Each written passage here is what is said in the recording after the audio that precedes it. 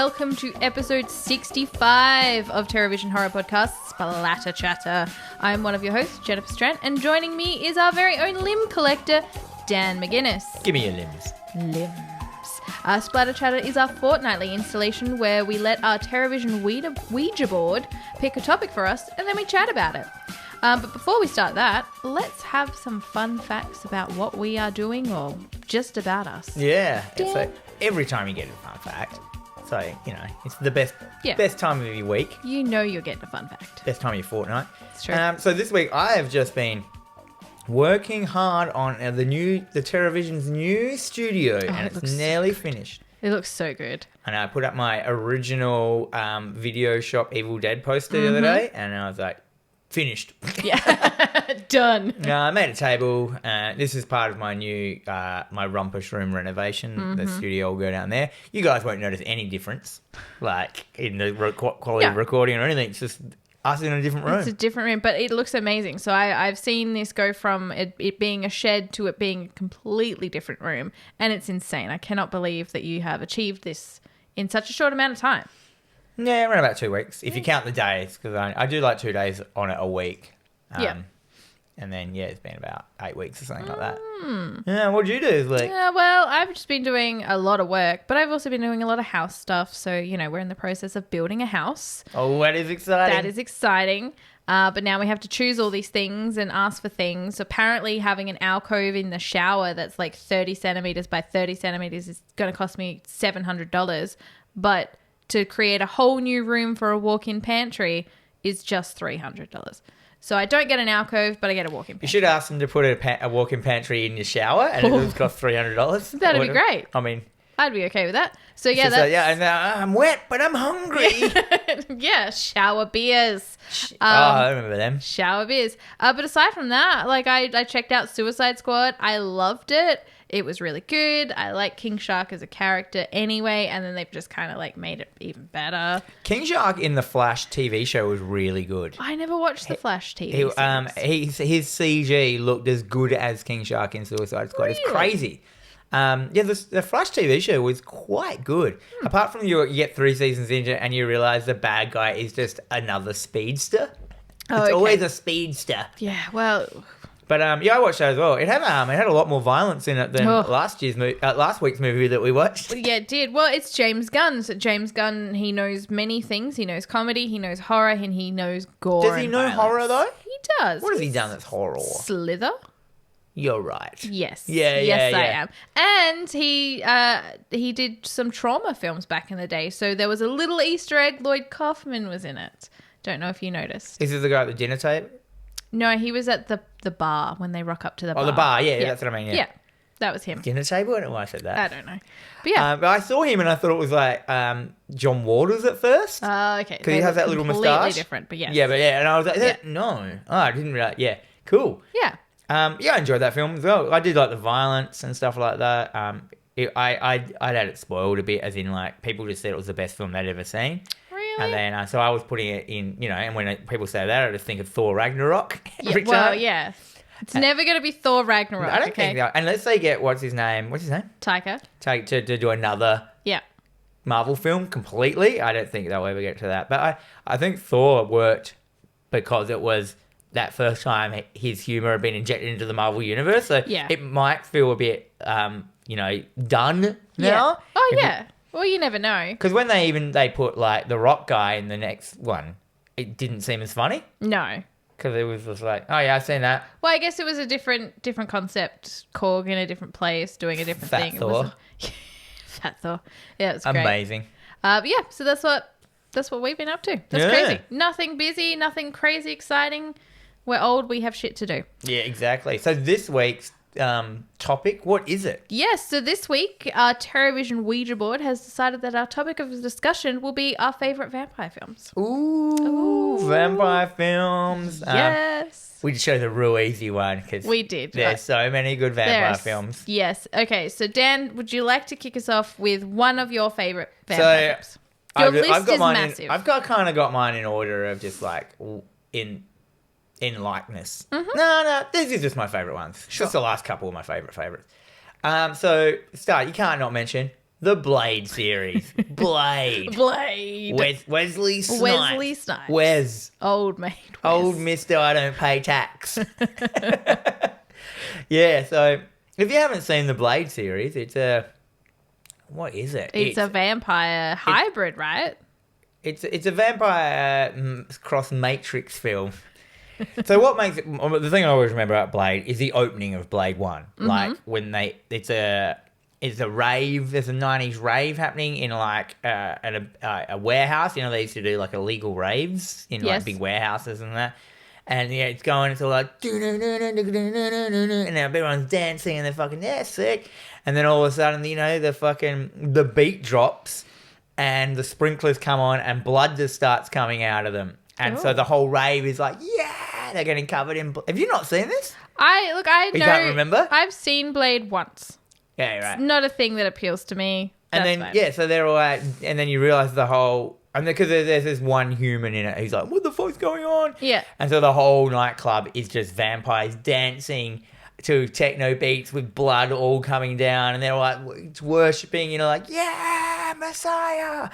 And then, of course, Blade rocks up and then, like, cuts them all up. But then to the techno music, he, like, takes them all these, like, you know, military vampires that come in. And it's in a meatworks. And it's just a very cool opening. Very cool opening. And I watched it recently again, and I was like, this is still cool. It's still cool? It still holds up. The effects, the CG, when the vampires get killed, they, like, turn to kind of fire and ash and go... Yep. And that still looks good. Okay. And I was like, oh, cool. So, yeah, Blade 2. And that's Del Toro. You can't go past Blade 2. Is it Del Toro? Yeah. Holy shit. So the vampire, and that's about vampires that eat vampires. Oh. So there's like a strain and they're like dirty and gross and they're like fluke worms. It's kind of very X-Files-y, like their mouths open up like the Predator, like, and they eat other vampires. Yep. I have a vague recollection of those. So Blade is a hybrid vampire though, right? He's a daywalker. So yeah, he was born from... His mum was pregnant and she got bitten by a vampire. Oh. So she died giving birth to him from just being bitten by a vampire. So somehow that transition made him into a daywalker. No one knows that. Okay. So he has all their power and none of their weaknesses. So he doesn't get burnt by sunlight. Oh. And he hates them because they killed his mum. So he just kills vampires. Fair. But he's a vampire and he has like an injection he has to take every day, which is like... silver nitrate and garlic or whatever, which stops him from getting the thirst. Oh, okay, yep. Because how does he eat? Yeah, he doesn't. Yeah. Anyhow, okay. It's a cool. It's based on a fucking Marvel comic book. Yeah, like Blade's a character, and he looks. Wesley Snipes did a real good job of looking exactly like the Blade character. Look, I like Wesley Snipes. He is not a bad actor, especially when he's playing a maniacal villain. So like. Catch him in Demolition Man. He's great in that film. That was Dennis Rodman. Was it? Yeah. No. I'm pretty sure that was Dennis Rodman. Oh, shit. Well, fuck that. Dennis Rodman should have been in this film. Well, that's fair. Wesley Snipes is like Passenger 57. Always bet on black. Well, this is midnight. Well, this is late 90s, so it's 1998, directed by Stephen Norrington, who I don't fucking know what Blade he's 1. done. But yeah. Yeah, but the second one, like Del Toro did it, and it's got Donnie Yen in it. Oh, cool. So you can't go wrong in those two aspects of a film. And then the effects in it are crazy good. Because it's Del Toro doing like his puppeteering shit with these new vampires. So it's all like, it's got some... It's that thing, you know, Del Toro did, like, the bit of CG over the prosthetics, so it looks amazing. What's the one with the Pomeranian? What? There's a Pomeranian. There's, like, a Pomeranian vampire. What's a Pomeranian? Well, no, there's in one of the Blade films. But what's a Pomeranian? It's a dog. Oh. It's like a little chow chow. That must be the third one, because I haven't seen it. Oh, okay. But that has Ryan Reynolds. Shirtless. A lot. Parker Posey's in that one, actually. Wait, is that the... Maybe I'm getting Blade... 2 and 3 confused. Maybe. Hang on, maybe Donnie Yen's in the third one. Oh shit. I don't know. It doesn't matter. It doesn't matter because we're talking about vampires. Yeah, okay. So Blade. Yeah. Blade. So Blade's up there with that. What's one for you? For me, so I've gone in order of year because I like some kind of I didn't order. put any years on mine. I don't know what years they do. No, that's fine. So The Hunger. So 1983, directed by Tony Scott. This has Catherine Deneuve, Susan Sarandon, and Bowie? David Bowie. It's basically just a giant Bowie film clip, isn't it? Kind of, but no. Like, they used him a lot for their marketing. But He's in it for like 4 seconds.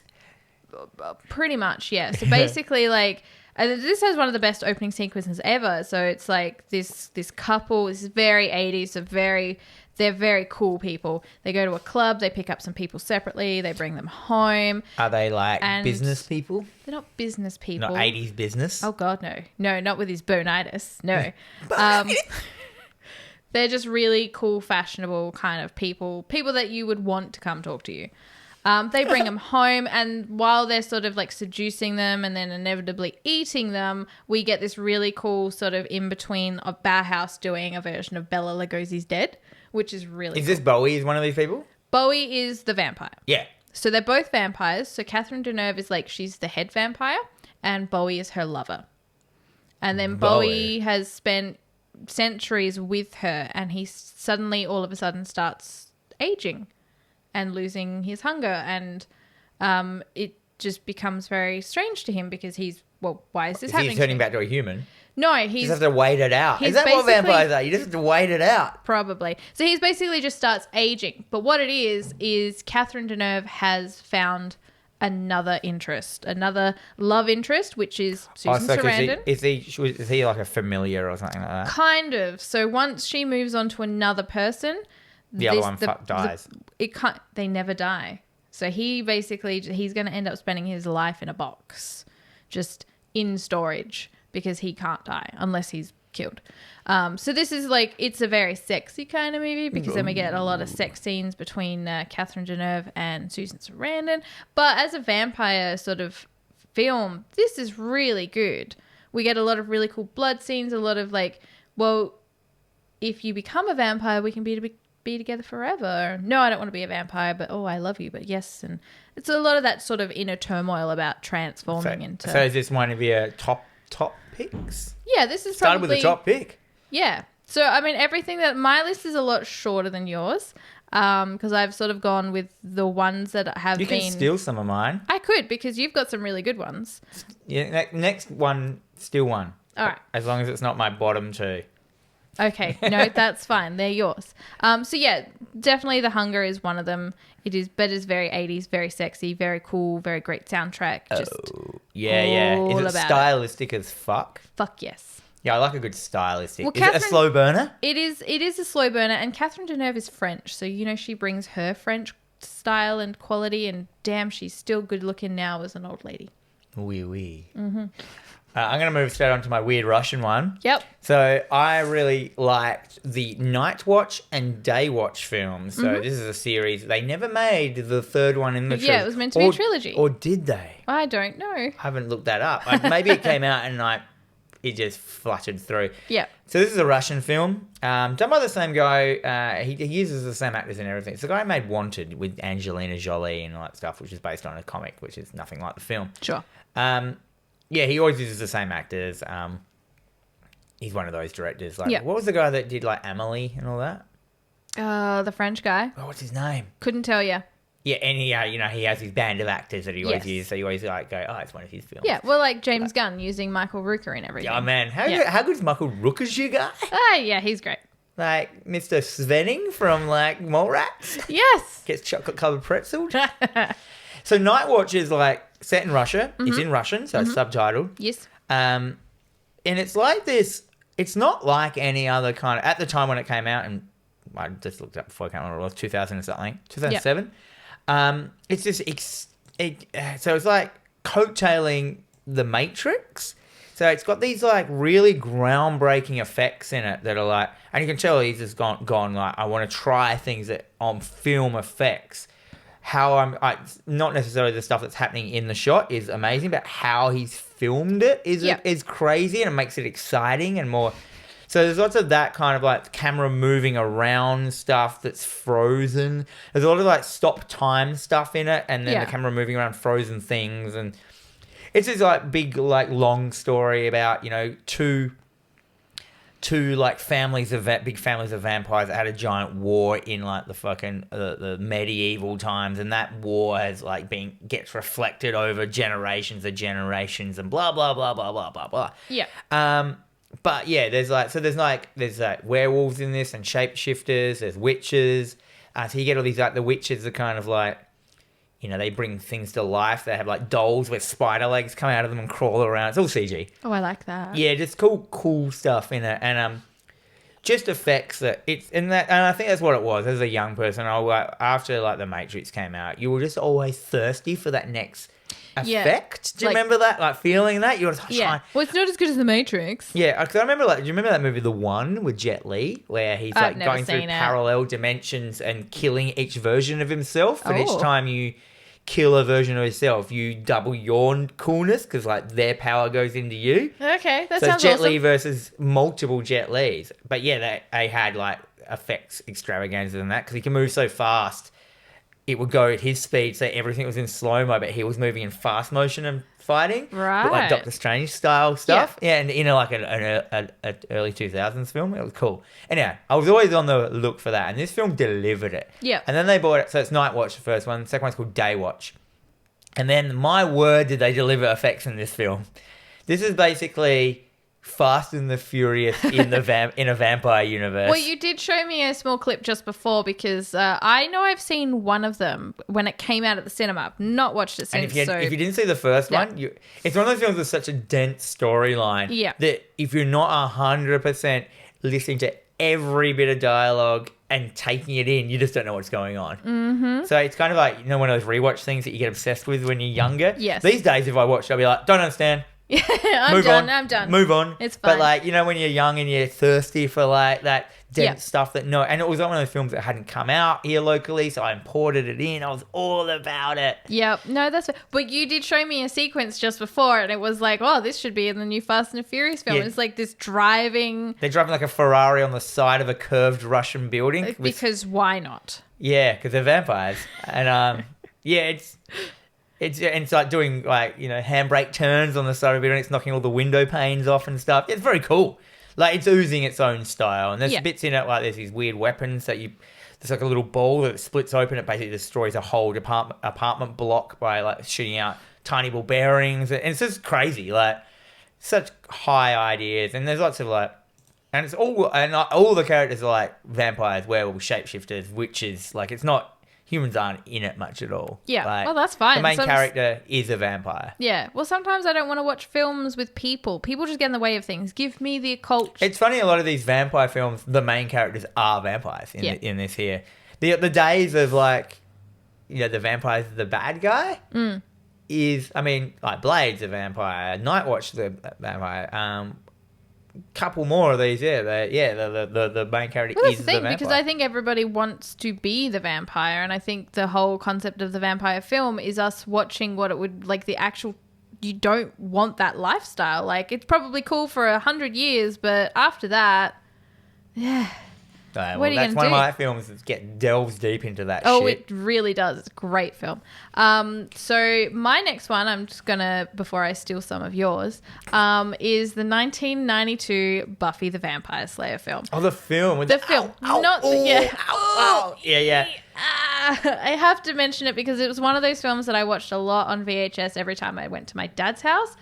He always had like a box of certain movies, so I'd watch those movies every fortnight when we went down there. So that was always a big one for me. It took a lot of from other films. So like the bit where David Arquette, he's just become a vampire and he rocks up to Luke Perry's and he's like tapping on the window and he's like, come out. It's like, I feel great. This is good. But then you've got the terrible 90s fashion. You get Pee Wee Herman, Paul Rubens basically dressed as he was when he was arrested. I can't remember what he was arrested for now. There's a weird fact about this film. I don't know what it is. Like, there's a weird fact that you don't know. It's saying like why she's called Buffy. It's like it's a direct like reference or stealing from something else. It was the dog from Night of the Comet. Yep, that's it. That's what it is. We did it. We got there. Yeah, yeah. So, I was sitting there going, "There's a fact I know about this film." But of course, it is. Everyone knows the '90s TV series. This is the movie that started. It's done by Joss Whedon. It is done by Joss. Yeah. Rest in peace. Basically. Basically, yeah. So this young girl, turns. I don't think you need to explain what Buffy you really don't. Like, I don't need to explain it. But actually, no. He took massive. There's actually him on record saying he basically took heaps of stuff from Night of the Comet. Like, even the main character of Night of the Comet is based on Buffy. Yeah. Yeah, I think he stole a lot of shit from a lot of places. But yeah, so like this is just... He's a Quentin Tarantino. Like, wow, you got such great ideas that are from other films. They are mine now. It's I put a modern spin on them. It's homaging, not stealing, apparently. He has a quote about it. It's stupid. But yeah, the vampires look quite silly. The big teeth, the ears, but then nothing else really changes about you. That makes it easy in the makeup department. Yeah. And of course there's like a basketball game, and there's the vampires playing the basketball game as well. Donald Sutherland is in it. He plays the Watcher. It's a lot funnier than Buffy, isn't it? I would call it more of a horror comedy rather than... Nothing wrong with a horror comedy. I love a horror comedy. Evil Dead 3, Night of the Living Dead Part 2. Mm-hmm. Oh, man. That Night of the... Have you watched that recently? The one... Where they stick the screwdriver in the monster's head? The Tarman? I think Tarman's in that 3? one. I don't know. There's a lot. Because there's like it's one of the. There's lots of them. Yes, we watched some a while ago together. But yeah, Tarman is good. Yeah, brains. But yes, Buffy the Vampire Slayer, 1992. Oh man, kicking it. How can I beat that? Well, with any film on your list. I'm gonna go straight to Daybreakers. Mm-hmm. So Daybreakers is my next one, obviously. So this is I'm not sure if this is an Australian film. It does have Sam Neill in it, but I might be getting confused with Dark City. Do you remember that film? I loved it. I've never seen Dark City. Have you been to Shell Beach? Have you not seen it? No. Give it a watch. Okay, because it was always one of those films that just got really, really bad reviews. So I thought, I'm never going to watch it. Maybe it is bad. I remember, but then again, this is the young version of me who had the poster of it at his house, and like I enjoyed it. It's one of those weird kind of... Like, whenever you say Inception to me, for some reason I think of Dark City. I don't know why. Okay. I'm going to have to revisit it to know why. Anyhow, Daybreakers. Yes. So this is a film. You got, like, Sam Neill. You got William Dafoe. You got Ethan Hawke. And the whole film, its premise is that vampires have won. This is set in the future. Not too far into the future, but future enough. So the film is... made in 2009. It's set in the year 2019. Oh, cool. So it's now set in the past. Yeah, but there's not like flying cars or anything like that. It's actually pretty accurate. And the whole world has turned into vampires. There must have been a vampire breakout earlier on, years ago, but now everyone is a vampire, and society has maintained and just kept its structure going along. So you just still go to work. You just still do everything. But you're a vampire, so only the world's just shifted around. That everyone gets up at night. Yeah. Everyone goes to their jobs, and and the vampires don't turn into bats or anything like that. And there are obviously the biggest corporation in the world is the people who run the blood farms and that. So they breed humans to like run the blood farms, and there's a big conspiracy because the blood's running out. Oh. And it's very cool. There's some really cool ideas in this. There's like...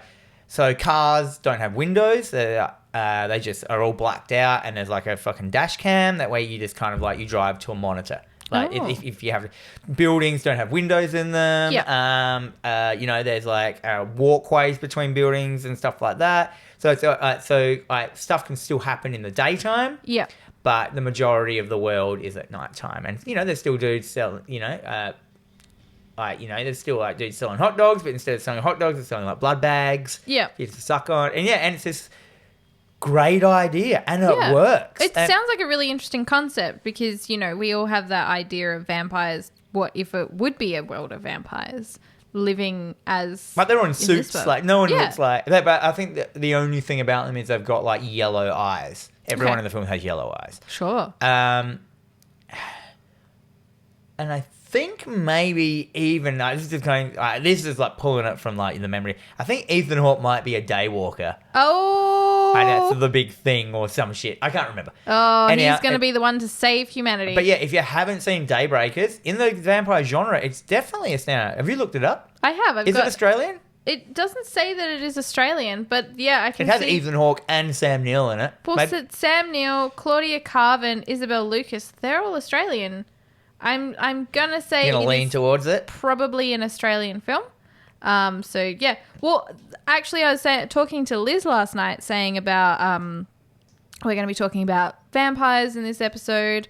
And she's like, oh, what's the one? And she was trying so hard to remember. What did she say? Because I want to see if I can guess it. Well, no, she literally described the plot of this film, looked it up, and she's like, Daybreakers. That's right. You got to talk about Daybreakers. I'm like, I've never heard or seen this film. And you didn't put it on your list? Well, I've never seen it. I've never heard of it. So, like, you know, I'm going with what films I like, not something I don't know about. But so yeah, now it's definitely gone on the watch list, which I'm sure I'm going to have to, you know, burn through at some point. Well, I'm going to put it on as one of my picks, the spoiler cast. Even better. One day.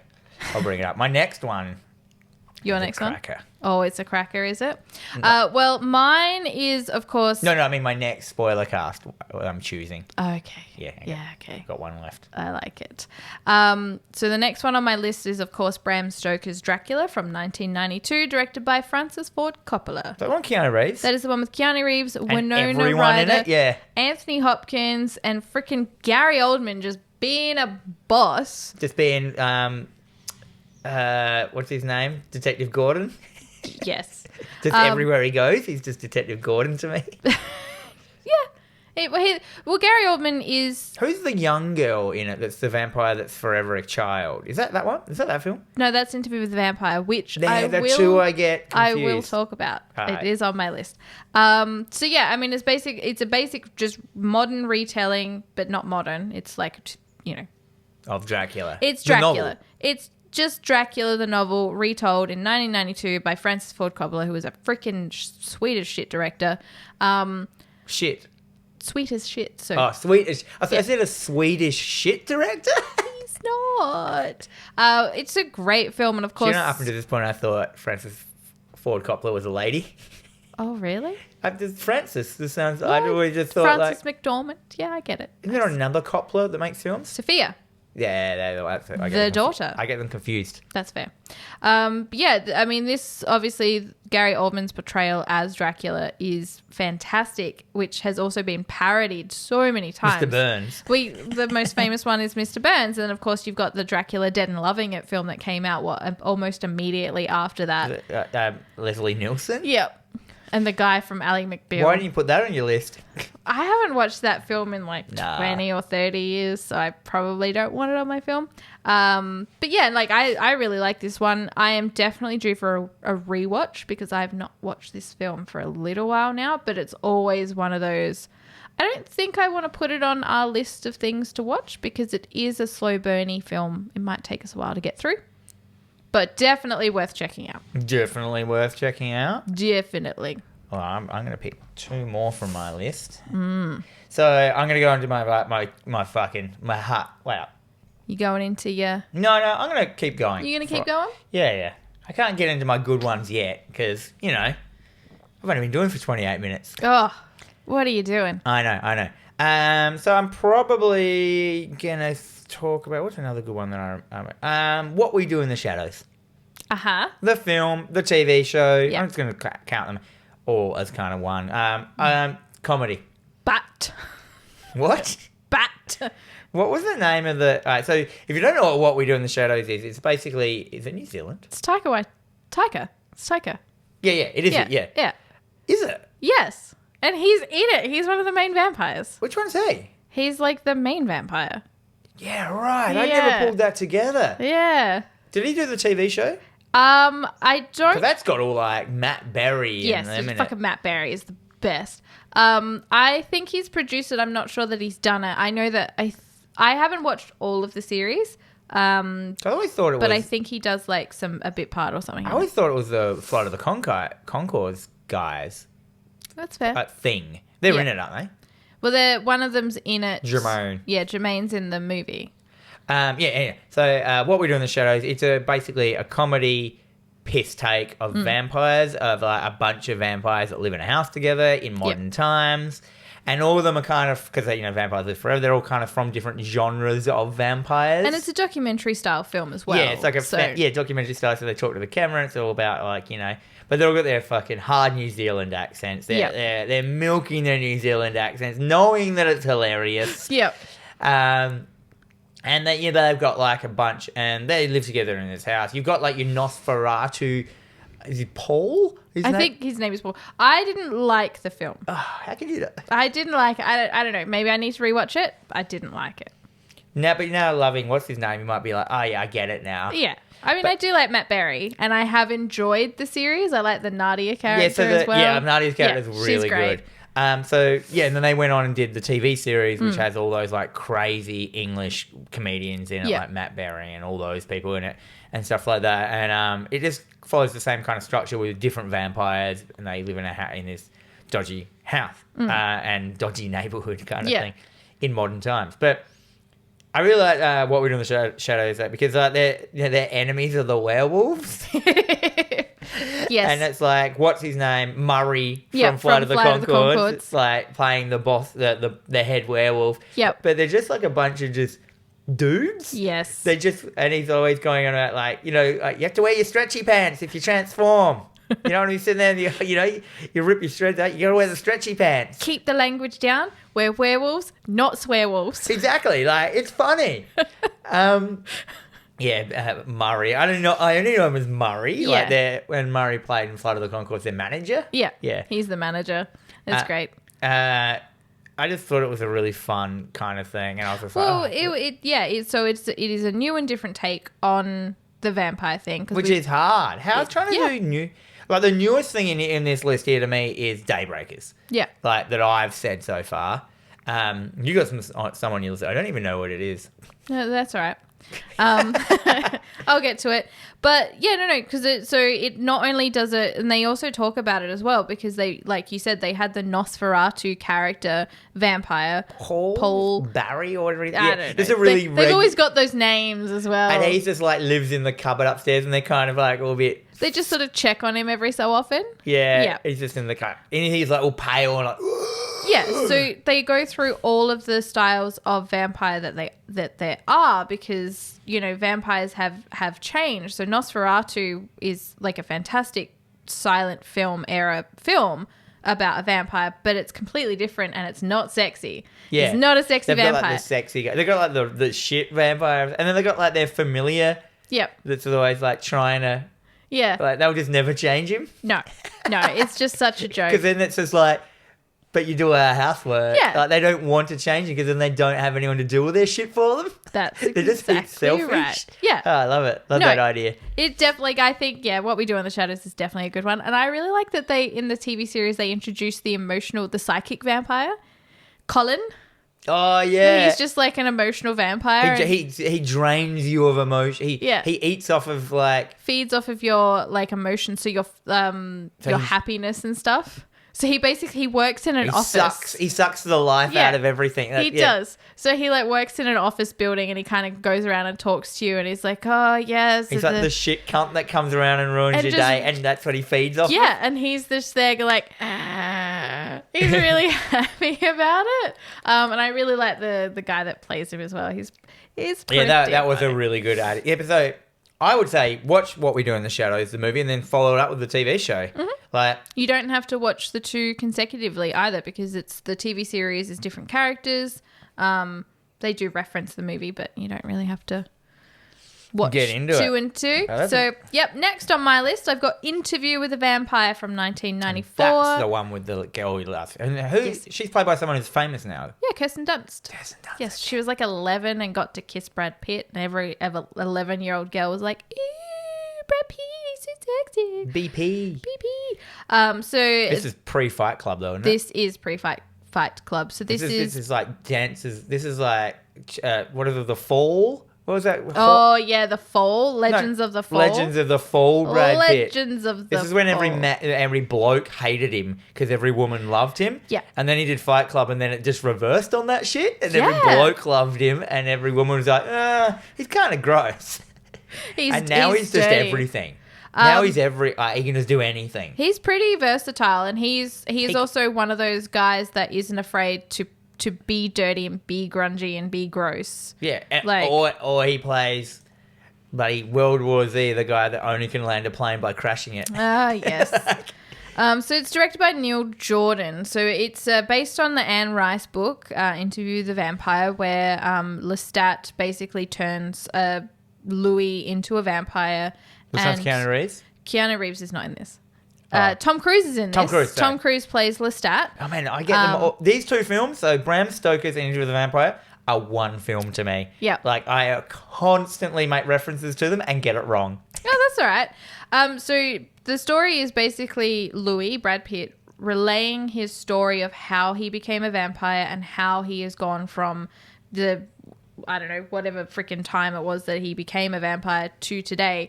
He's telling that story to Christian Slater, who is a journalist. Oh, Christian Slater's in it as well? Christian Slater's in it, yes. So it basically goes through of the relationship that he has with Lestat and with the little girl, Claudia, who he turns into a vampire. Why does he do that? He's just thirsty. So he would, basically it was during the plague years. They're in France. Everyone's dying and dead, and he's so hungry. You can't eat the rats because the rats are bad. And he comes across this little girl whose mother has just died, and she asks for help, and he basically bites her. He bites her. He drags her off to Lestat. Is this the film where she mentions that she can't have sex because every time her hymen grows back? No, she's 11. Yeah, but she's not 11. She's lived for hundreds of years. Yes. So they don't mention that in it? Or is that a different film? She basically, at one point, she sort of comes through because she's getting older. She's not changing like all the other women. She wants boobs. She wants to have sex. She's clearly in love with Louis. And nothing's ever going to change. She's forever going to be this cute little 11-year-old girl. Shirley Temple-esque and she girl. fucking hates it. Yeah, she looks so much like Shirley Temple. So at one point she like cuts her hair. Then her and Lestat have this huge thing. They hate each other, and they like plot to kill Lestat and get away from it all. It's this whole crazy. It's like a 2.5 hour film. And from back then, 2.5 hours was a big deal. Very much.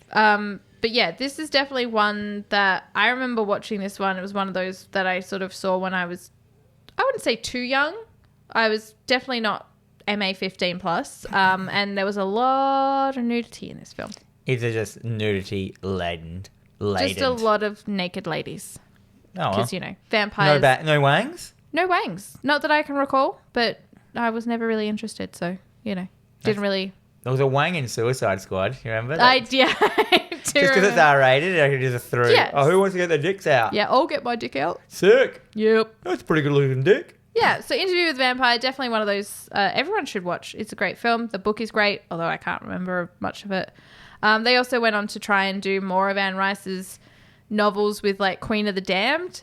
So it was meant to be based on the book of the vampire Lestat because he had such a fascinating life. And then Queen of the Damned just ended up being a really bad film. Yeah, that movie was rubber. With a great soundtrack. Oh. Very new metal. I want to talk about Lost Boys. Please Because you can't make a vampire list without putting in the fucking coolest film in the world. Yeah. Great soundtrack. Oh, yeah. It opens with, like, The Doors. Like, what's it called? What's the place they're at? Like, Los Carlos. Oh, yeah, I can't remember now. So, yeah, it's Lost Boys. If you haven't seen it, go watch it. You're listening to a podcast about horror and you haven't watched The Lost Boys, you're an idiot. It's true. You're looking at Kiefer Sutherland. You're looking at Corey Feldman. You're looking at the other Winters. Feldman. What's his name? The other Bill and Ted. Fuck. Something Winters. Yep. Adam Winters or some shit. I can't remember. Fuck, where's my brain today? I don't know. Yeah, I don't know. So you're looking at those actors. You're looking at... actually, it's both the Coreys. Yeah, both the Coreys. This is peak... Haim and Fieldman. Yeah. Peak, 80s boy acting. Boy actors. Boy actors. You got a family moving into... Oh, I nearly said Alex Winters. Alex Winters. Thank you. Moving into a coastal town in America, a small coastal town that has a really big fun park. Yeah, why not? And apparently it's the vampire capital of the world. So vampires in this are just fucking cool teenagers, and you get cool fucking Kiefer Sutherland playing the head vampire or whatever. It's just cool. This film, like, it's got sick music. Saxophone. Oh, it's got the sexy saxophone player, which to this day is still a meme. Yes. You look up Lost Boys saxophone, and you'll get an eyeful of a very glistening man thrusting his hips, playing the saxophone, which has gone down in history as the sax man or whatever. Yeah. But he still. He goes to convention. Like, for such a small part in a film, he goes to conventions as this sax man guy, and he plays shows, he does things. Like, he's got a career around this, like, 30 seconds of film. Good on him. This film was aimed at teenage boys. How good at it, Corey Haim's dress sense in this is. Oh, yeah. We've done this before, I think. The Lost Boys is one of our things. So yes, we've not done it for a spoiler cast. Loud shirts. Yep. He male crop. And he goes to a dirt mall, and he finds this comic book store because he's into comics, and it's run by the Frog Brothers. He's played by Corey Feldman and the other guy, which no one ever cared about. Yep. And they're like militant vampire hunters. The comic book shop is their front, but the comics all have like how to deal with vampires in them and shit. It's pretty. Apparently, that comic Marvel made that comic. Like, there's one called like Vampires Attack or something. Yeah. They made that comic for the movie, and it's an actual real comic. And there's one of them, and one of the Coreys has it or something at their house.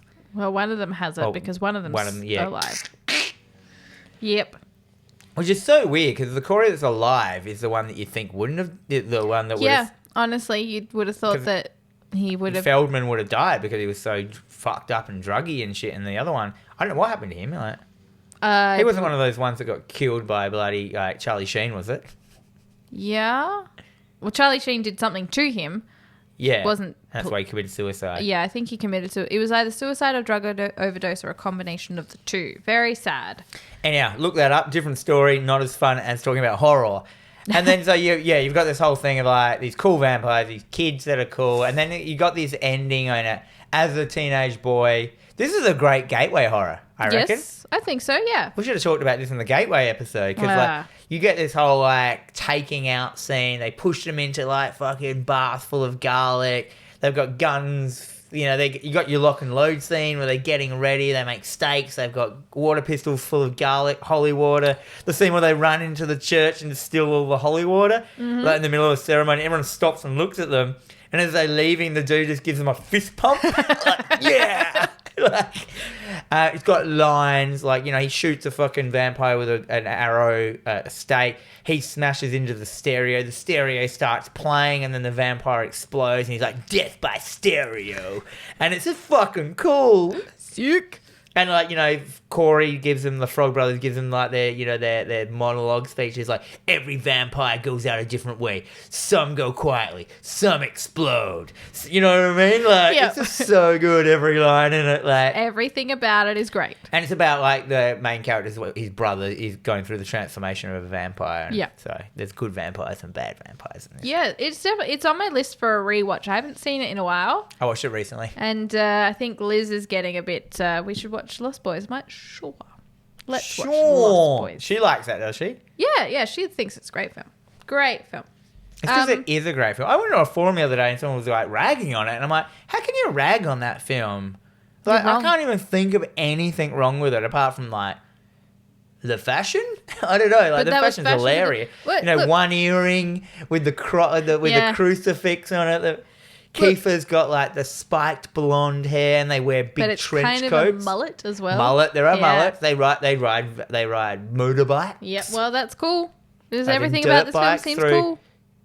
I keep on saying San Dimas, but that's where it's Bill and Ted from, isn't it? Yeah, it's like it's not Santa Clarita. It's like Los Santos or something. It's all over shirts now. You can buy those fucking shirts everywhere. I don't know. I haven't picked it up. Is it a made-up place? No. Is it a real place? Yeah, I'd say so. Probably. Moving on. Well, the last one on my list is a film from this year, and it's called Jacob's Wife. This film is really cool. So it stars Barbara Crampton, who... Did she move his ladder? She may have. So Jacob's ladder, get it? Yeah. Oh, I get it. You got it. I just explained it. Makes it funnier. It makes it funnier, yeah. So it's about this woman who has been married to a pastor for the last, 30-something years. She's very... Like tortellini? I love stop, I can't eat pasta right now. So she's married to a pastor in a town. She's very sad. She's miserable. She's plain, just same routine day after day. She's bored. She's miserable. And she's trying to do things in the town to sort of help the town, to better the town. And one of the things is trying to stop a mall getting built or trying to get a mall built. One of the two, I can't remember. So she meets up with a developer who is played by an ex-flame, and they go off to the site to have a look around. And, of course, it is home to some...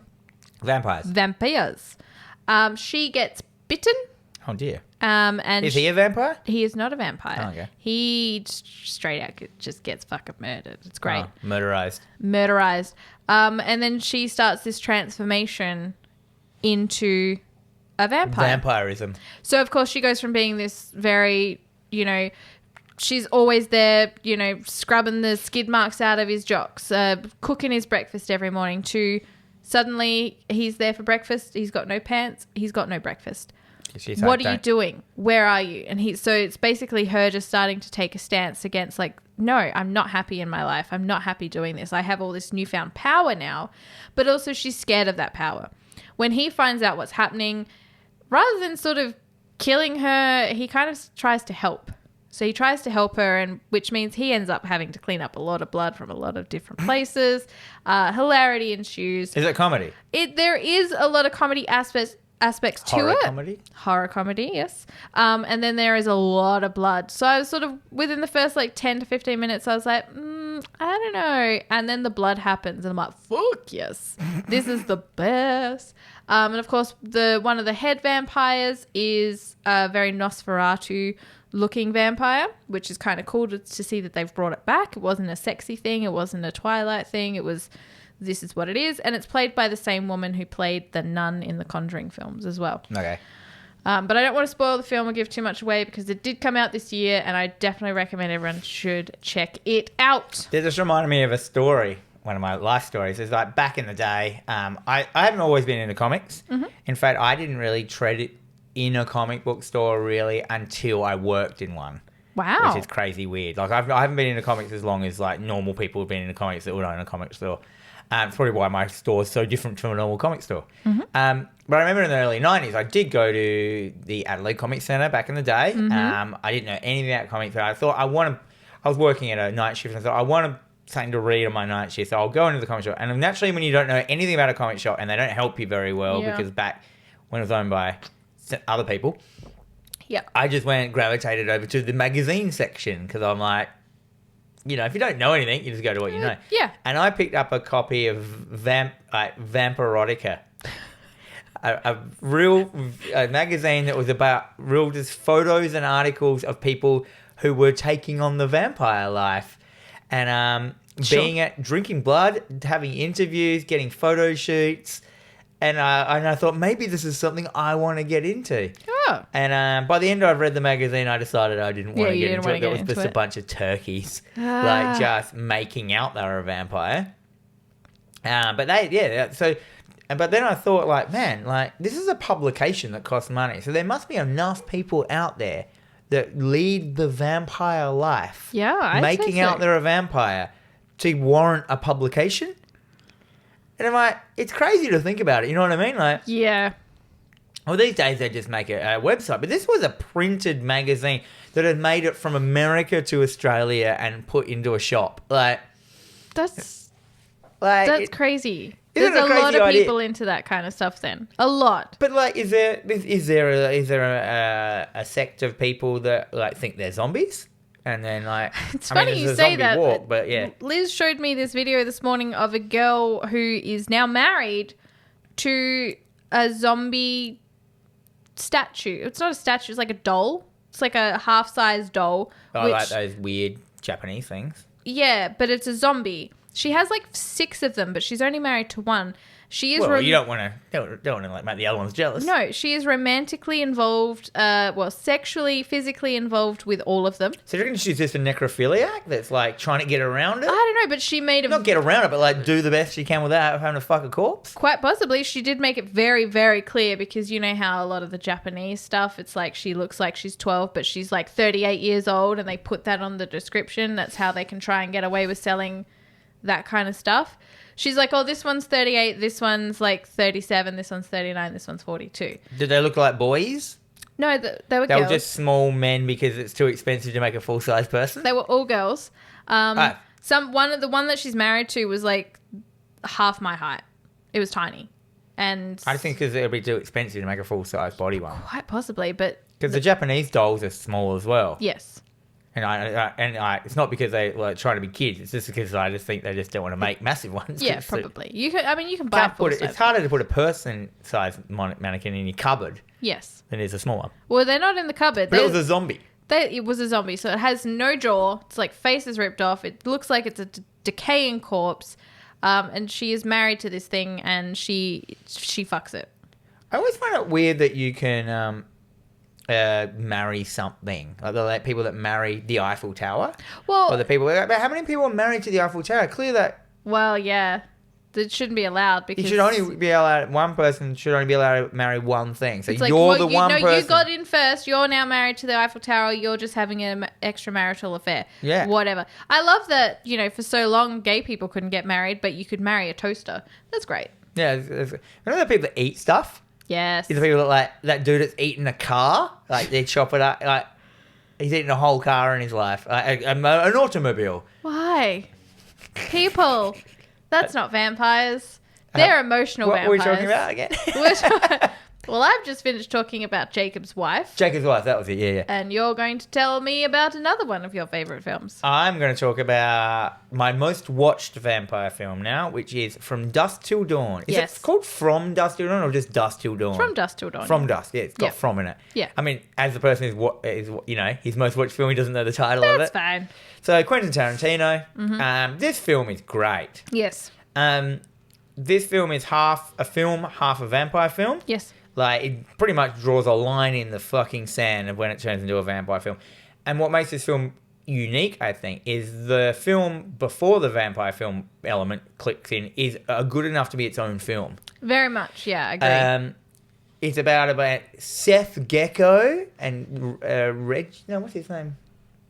So Seth Gecko is played by George Clooney. Mm-hmm. In George Clooney's dreamboat stage of his life. Yep. He's just becoming Salt and Pepper Clooney.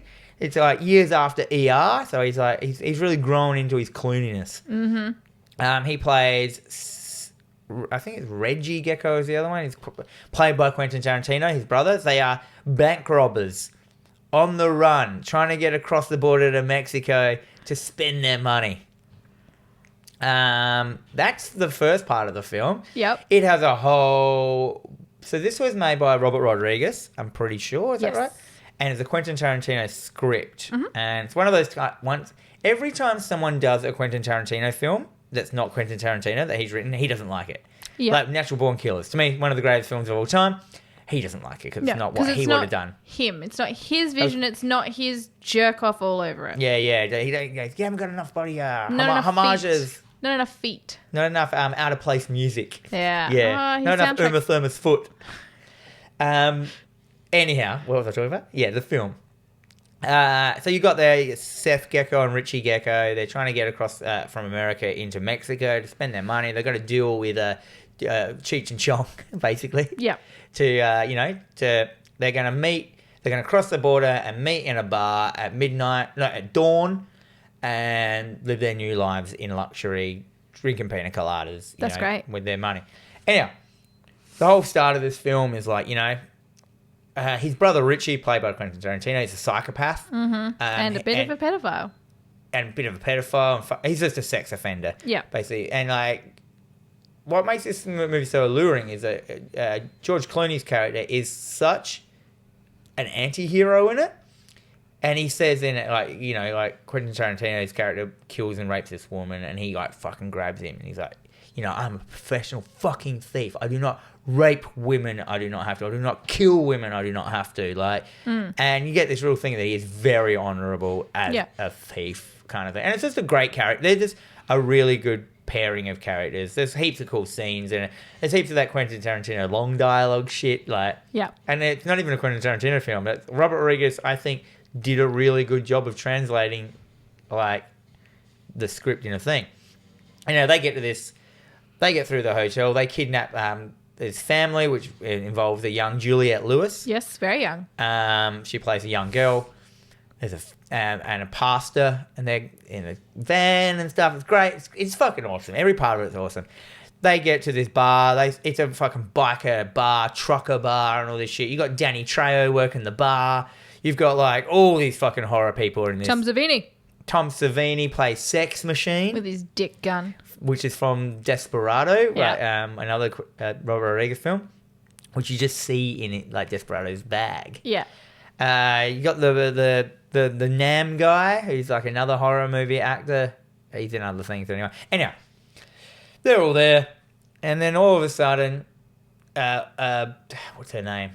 The lady, Salma Hayek. Oh, yeah. Salma Hayek comes out and does a sexy dance with a fucking albino python. Which is all sexy and terrifying at the same time. Yep. And all of a sudden, out of the blue, you have no... I love showing this film to people who'd never heard of it. So you're like... I think you're an hour into it when it's suddenly... It's a cool film. Yep. You're an hour into it, and then all of a sudden, she just fucking turns into a vampire... bites Quentin Tarantino, and then all the bar staff turn into vampires, and they murderize the whole bar in this bloodbath scene of just fucking balls out gore. Yes. The mariachi band turns into like vampires, and they're playing human instruments. There's shit going everywhere. This movie's crazy. And then there's that whole scene. That's wave one. Yeah. Then and of course George Clooney being the capable fighter. You know, there's a whole bunch. A small ragtag group of the patrons of the bar survive, like Tom Savini, Quentin Tarantino, the pastor, Juliette Lewis, and you know. And then wave two comes up, all the people that have been murdered, and then suddenly they turn into vampires, and then the gore. Yep. It's kind of like the last half an hour of the film is like brain dead. Lots of people hate this film because of the direct change of it being into a vampire film suddenly. Yeah. But I think it's a great idea. Yeah, works well for me.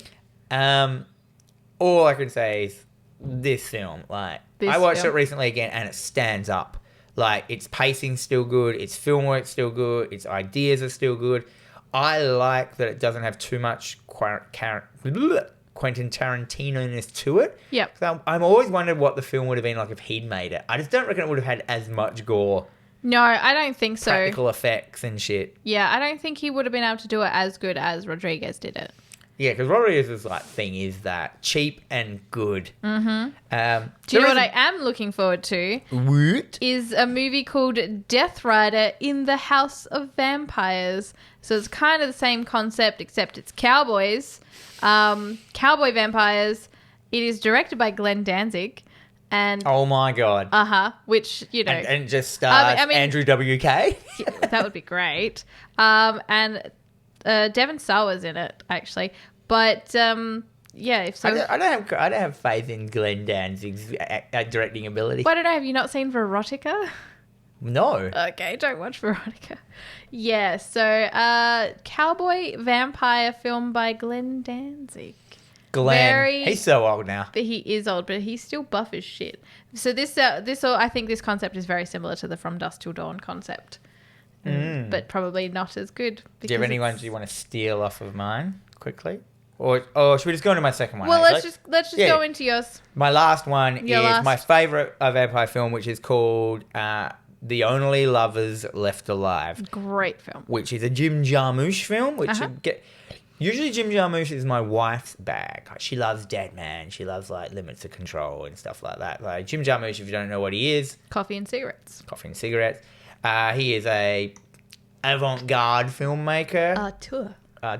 Tour. Yeah, he is a very like Art housey filmmaker. He pushes a lot of boundaries. He hits some boundaries that should never been pushed. Mm-hmm. He thrives on the boring boundaries as well in a lot of his films. Yeah, like he's all about boring, which is strange in my opinion.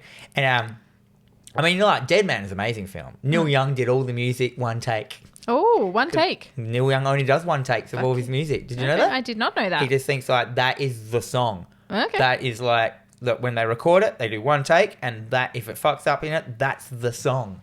He doesn't do takes. Oh, I like that.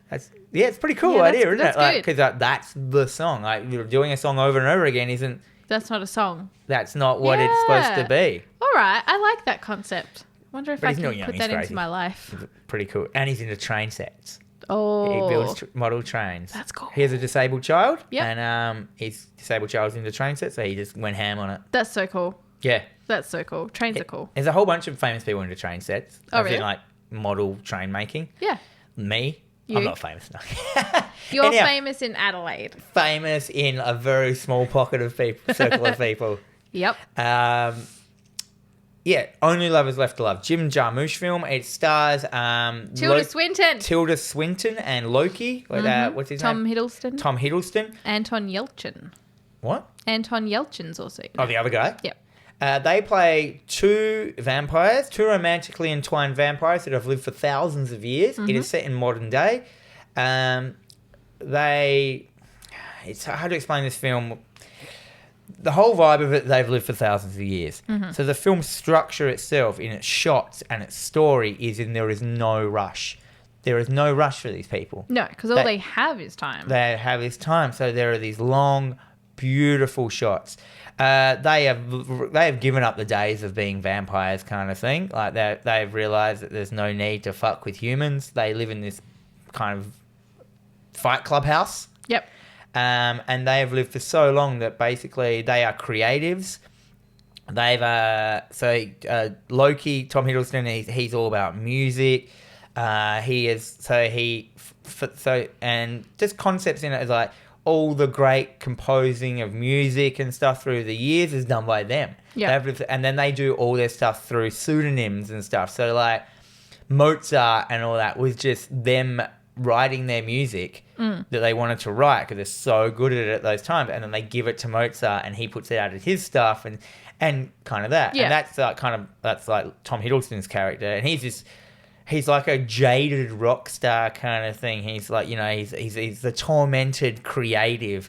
Yeah. And then Tilda Swinton is this like, she's done the full circle, and she's like this. Her power is she can touch anything and know its whole history. Yeah. So she can pick up a guitar and know all the music it's played, and like, which I feel and she's very in touch with nature and the world and everything. And it's just like, I don't think she's acting. I think that's just Tilda Swinton. Yeah, I know. It's just the music in this film, the pacing, the story, and of course this young vampire visits them who's like more fast paced and stuff, and like it's a very hard film to pin down in why you like it. You just watch it and you're just like, this is perfect. This is definitely a slow burner. It's not something I wouldn't say you don't watch it for fun, because it is a great film. You watch it for like it gives you that feeling of just satisfaction, and you feel smarter for watching it. Anytime I watch a Jim Jarmusch film, I'm like, I'm smart.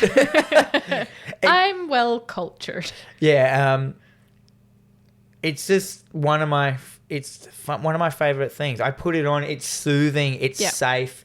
You put it on. You don't have to watch it. You can just listen to it and stuff. It's just.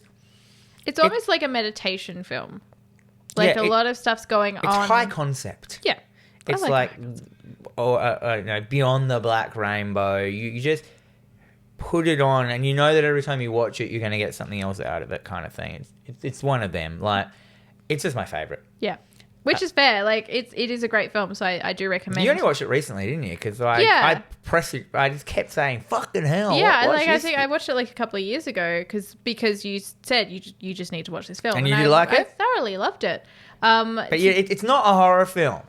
No, it's not something that I could watch with Liz. Yeah, it's vampires as a concept. Yeah. Like, it's taking the idea of a vampire and running with the Jim Jarmusch boring filter. But because this is exactly what I was saying, that this is the perfect film for that, because this is the life of the vampire after they've had the fun, after they've had they've done all of the things again and again and again. They're just in this vicious cycle for eternity. Like, it would just be so fucking boring. Yeah. And so that's, why he's tormented. Because they don't live together. She's off in one corner of the world. He's in another corner of the world. Yeah, they can have breaks off their relationship for years. Yeah. And then they always come back kind of thing. Yeah.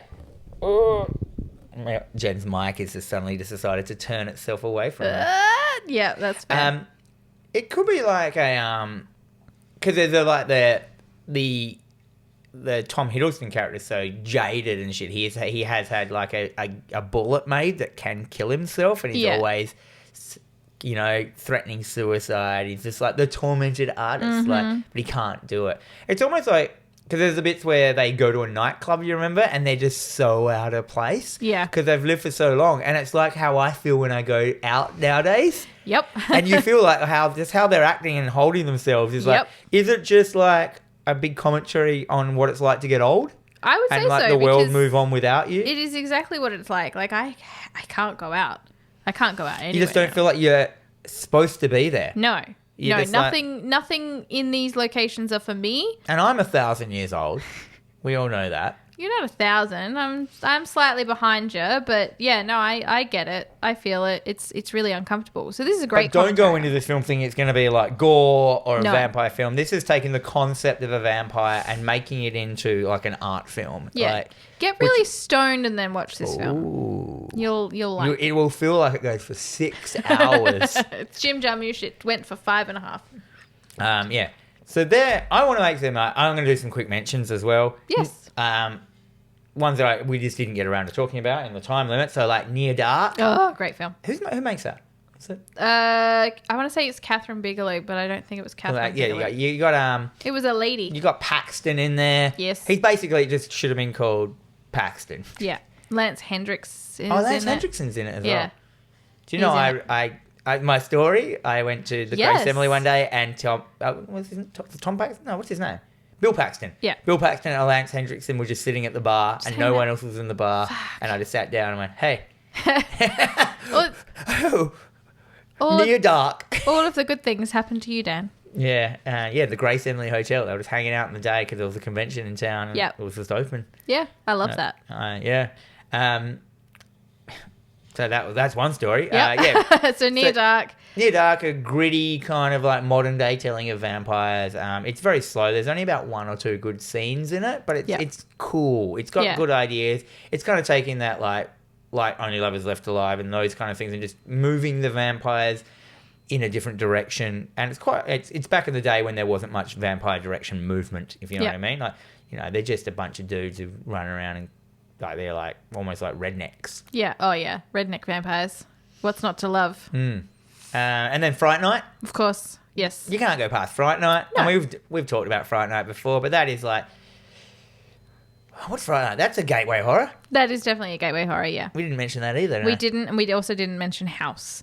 Oh my God. We can't get to everything because we're trying to keep it within a time limit. Hindsight's a bitch. I know. But one I did want to mention quickly was a TV show which I watched recently called Vampires in the Bronx. Have you ever seen it? I have not seen it, but you have told me to watch it. Yeah, this is like a great, fun television series. It just came up. I watched it. I watched it in one day. It's just like, it's like an amalgamation of like, I imagine like Goonies and Stranger Things mushed together in the Bronx. So basically it's a bunch of kids and they discover that, so basically the story is there's these like, so the Bronx is, a low socioeconomic black community and these white rich people like move in and they start gentricizing it. Gentricize, is that the word? Gentrification. So, and, coming in and all this stuff. And what it is, they're white vampires that come in and gentrify a place and then feed off of the the poor people. Yeah. Because no one notices where the poor people go once gentrification happens. Yeah. And then they just gentrify the place, make it a great place, and then move on. Like, and it's just like, and it's about these like this bunch of kids that find this out, and it's fucking hilarious. It's like, you know, that full kids 80s, you know, like they're all like running from vampires and shit. They know the secret. The vampires know they know the secret, and they're like totally they don't, you know.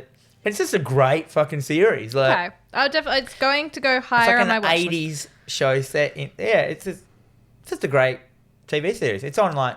I think it's on Netflix or something. Netflix, yeah. Yeah. Yeah, I was pleasantly surprised. Yeah. For a good vampire, this little new thing that's coming out, and I was like, and you just don't get to see much of that cool new series as well. But it's very coattails Stranger Things. Yeah. Like it has that same banter with the kids, but the kids are great. Yeah. Like, oh, I'm definitely gonna have to check it out now. But if you want to let us know what your favorite vampire films are, let us know. Do you want that schnick? Let us know in the comments. Comment below. Yeah, stuff like that. Fucking comment below, bitches. So that's basically it. We've just gone through a couple of our favourite vampire. I mean, there are millions in there. Oh, there's so many films. We can't get to all of them, obviously.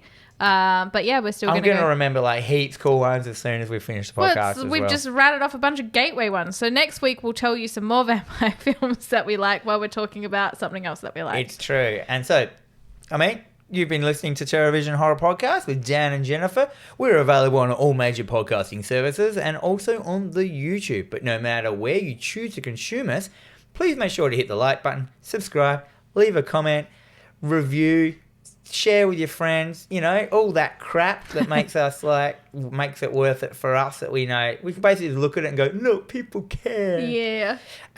We've got stickers that we've made. You can grab them, I don't know, from Greenlight Comics. There's some on the counter you can get. Every time you buy merch off us, there'll be stickers in it and shit like that. It's true. If you know where I work, because I never tell anyone, you can come get one from me. Yeah. And that shit. So, yeah.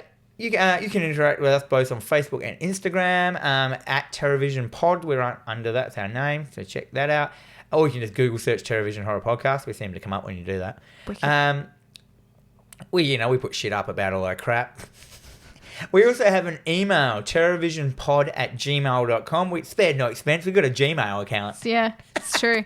We don't make money from this. No, we don't. This is for funsies. We have no advertising or anything. Just to let you know, we just do this for pure fun because we like horror. And that's it. Yeah.